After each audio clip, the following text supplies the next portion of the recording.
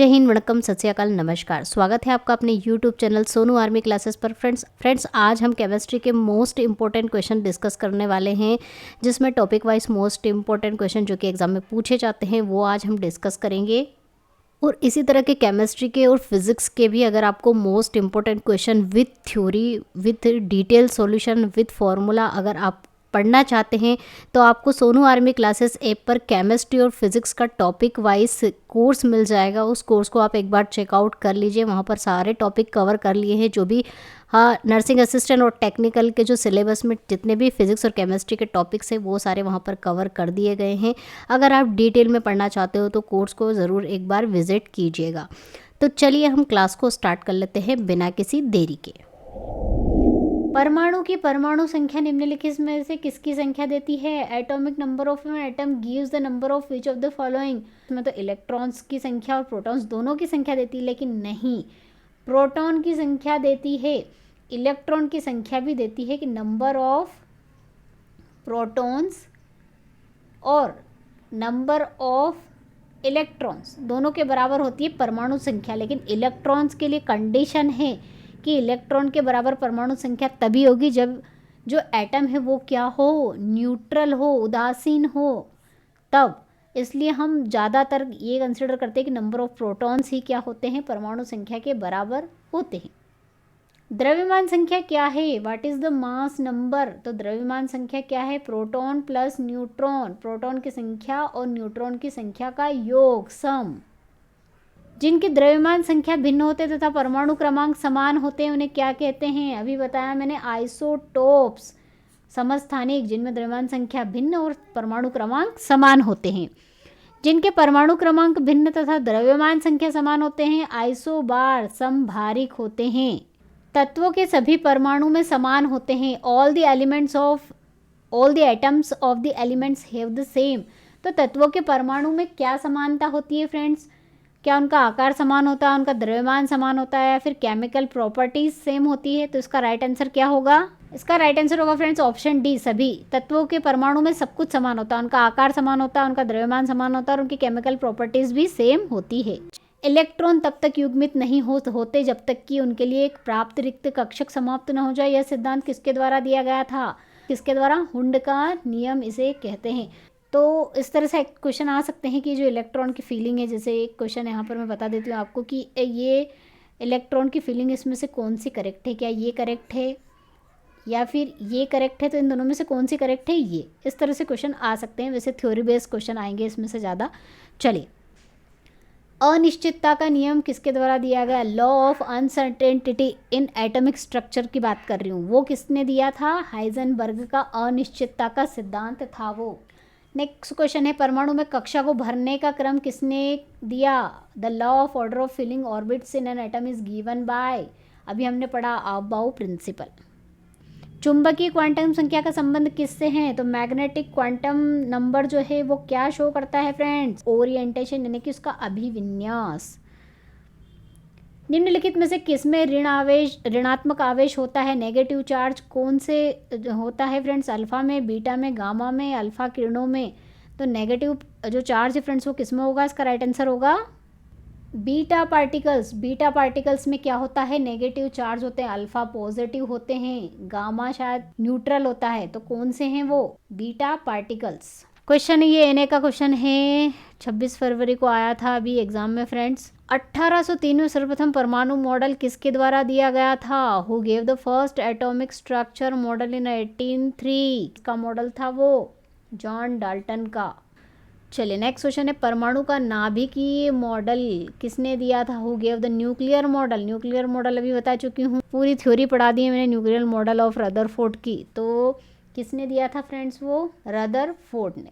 Friends यहाँ पे जो मैंने क्वेश्चंस इंक्लूड किए हैं, मैंने हर एक डीपली क्वेश्चन इंक्लूड नहीं किए कि पर्टिकुलर नाभिक को, पर्टिकुलर मॉडल को किसने दिया था, कि जे थॉमसन का मॉडल कौन सा था। मैंने आपको पूरा सारे मॉडल्स के नाम बता दिए हैं, किसने उनका इन्वेंशन किया था और कब किया था। तो लिस्ट बना लीजिए और उनको याद कर लीजिए, या फिर डायग्राम वाइज भी आप उन्हें याद कर सकते हैं, क्योंकि किसी भी मॉडल के ऊपर कुछ भी क्वेश्चन आ सकता है। सारे क्वेश्चन मैंने बनाए नहीं हैं, आपको बता दिया है, तो उनको आप प्रिपेयर कर लीजिएगा एग्जाम के हिसाब से। चलिए नेक्स्ट क्वेश्चन देख लेते हैं। क्वेश्चन पूछा गया है के शेल यानी कोश में अधिकतम इलेक्ट्रॉनों की संख्या, the maximum number of electron इन के शेल कितने होंगे, 2n² से निकाल लीजिए। n की वैल्यू के लिए 1 होती है, 2 होते हैं। एल कोश में अधिकतम इलेक्ट्रॉनों की संख्या, the maximum number of electron in L shell, L के बाद एल आता है, एन की वैल्यू 2 रख दीजिए, 2n², 2 दूना 4 दूना 8 होंगे।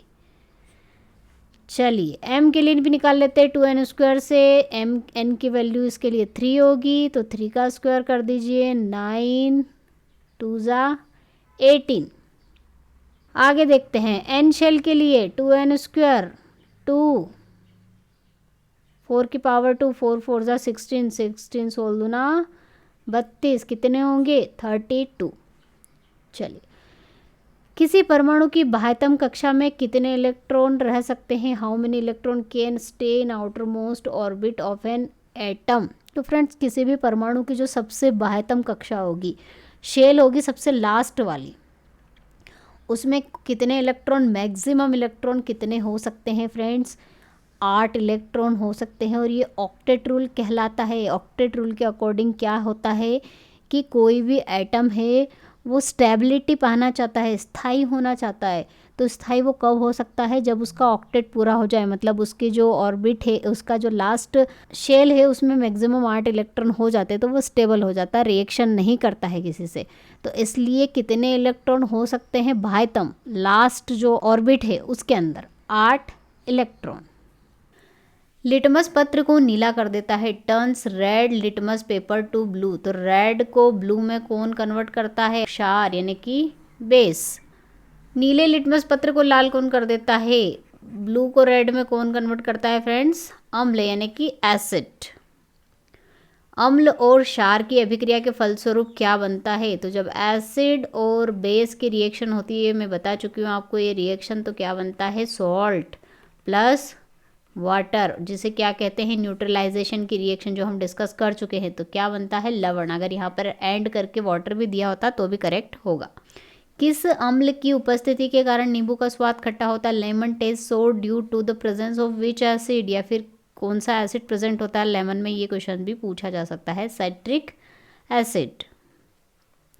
सभी अम्ल धातुओं के साथ क्रिया करके कौन सी गैस निकालती है, तो फ्रेंड्स जब एसिड के आप मेटल के साथ रिएक्शन करते हो तो क्या बनता है, सॉल्ट प्लस हाइड्रोजन गैस इसमें रिलीज होती है।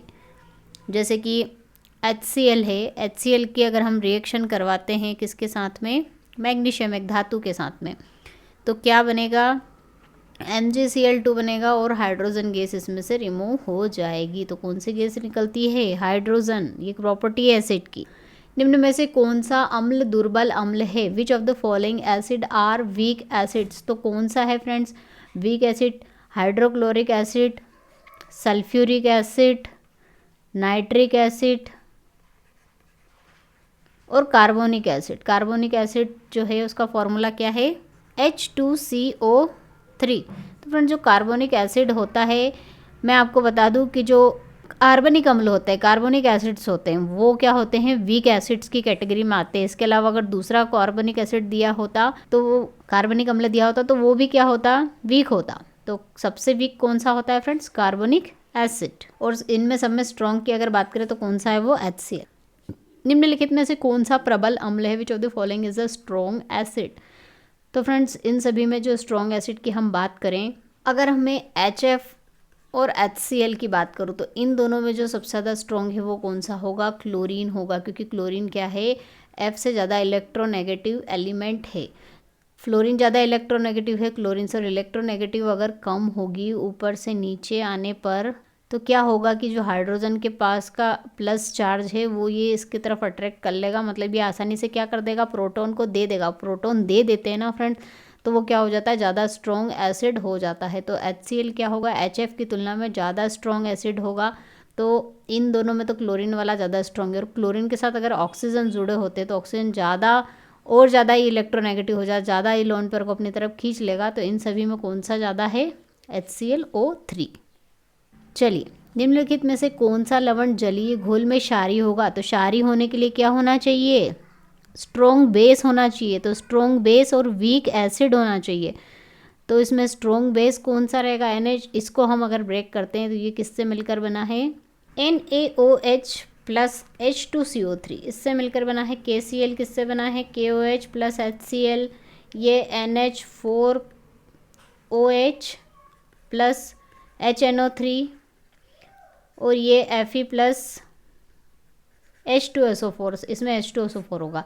तो कौन सा सॉल्ट है जिसमें जो है स्ट्रॉन्ग बेस है, ये स्ट्रॉन्ग बेस है, ठीक है, ये करेक्ट होगा। इसमें स्ट्रॉन्ग बेस है लेकिन एसिड स्ट्रॉन्ग, ये न्यूट्रल हो जाएगा। इसमें वीक बेस है और इसमें स्ट्रॉन्ग एसिड है, तो राइट आंसर क्या होगा, Na2CO3। शुद्ध जल का पीएच मान कितना होता है, तो शुद्ध जल का पीएच मान फ्रेंड्स कितना होता है, 7। डिस्टिल वाटर का भी 7 होता है। प्रबल अम्ल का पीएच मान कितना होगा, तो फ्रेंड्स प्रबल अम्ल मैंने बताया अभी पीएच स्केल में इधर जाते हैं तो स्ट्रॉन्ग एसिड होता जाता है और इधर आते हैं तो क्या होता है, वीक स्ट्रॉन्ग बेस होता जाता है। तो जितना इधर जाएंगे, जैसे ये 7 है, 7 से 0 के साइड जाएंगे तो स्ट्रॉन्ग होता जाएगा और 14 के साइड में जाएंगे तो स्ट्रॉन्ग बेस होता जाएगा। तो प्रबल अम्ल की जो कैटेगरी है वो 0 से 3 के बीच में होती है। दुर्बल अम्ल का पीएच मान, दुर्बल अम्ल का पीएच मान 4 से 6 के बीच में होता है, याद रखिएगा वैल्यूज़। क्षारों का जो पीएच मान होता है वो 7 से अधिक होता है, 7 से इधर जाने पर 7 से 14 तक जो होते हैं वो क्या होते हैं, क्षार होते हैं, तो 7 से अधिक। प्रबल क्षारों का पीएच मान, स्ट्रॉन्ग बेस है वो पीएच वैल्यू कितनी होती है उनकी, 11 से 14। एक न्यूमेरिकल देख लेते हैं, यहाँ पर H3O प्लस आयन की सांद्रता दे के रखी है और पीएच मान पूछा है। तो पीएच का फॉर्मूला आप सभी को पता है कितना होता है, -log H plus ion, H plus ion मतलब यहाँ पर कितना H3O प्लस आयन दे के रखा है, जिसकी वैल्यू कितनी है 1 × 10⁻³ माइनस लॉग। लॉग को जब ओपन करेंगे तो यह मल्टीप्लाई होता है तो दोनों लॉग अलग हो जाते हैं और प्लस का साइन लग जाता है, माइनस में बाहर ही रखती हूँ, प्लस log 10⁻³ log 1 की वैल्यू 0 होती है, ये कंडीशन होती है, पावर आगे आ जाती है। log 10 का मान कितना होता है फ्रेंड्स, 1, तो ये हो जाएगा कितना 3, तो पीएच मान कितना आया 3। निम्नलिखित में से कौन सा एक रासायनिक परिवर्तन का उदाहरण है, which one among the following is an example of chemical change. चुंबक की ओर लोहे की कील का आकर्षण, इसमें कोई केमिकल चेंजेस नहीं आ रहे तो ये नहीं है। अंडे का तलना, फ्रेंड्स अंडे को फ्राई कर देते हो तो उसका जो कंपोजिशन है उसका सब कुछ चेंज हो जाता है, फ्राई होने के बाद वो फिर से अंडा नहीं बनता है, इरिवर्सिबल भी, रिवर्स भी नहीं होती है, तो ये क्या है, एक रासायनिक परिवर्तन है। गैसोलीन का उबलना, the boiling of gasoline, gasoline को उबालते हैं और फिर ठंडा करते हैं तो फिर से वो उसी फॉर्म में कन्वर्ट हो जाती है, रिवर्सिबल भी और फिजिकल चेंज है, तो ये नहीं है।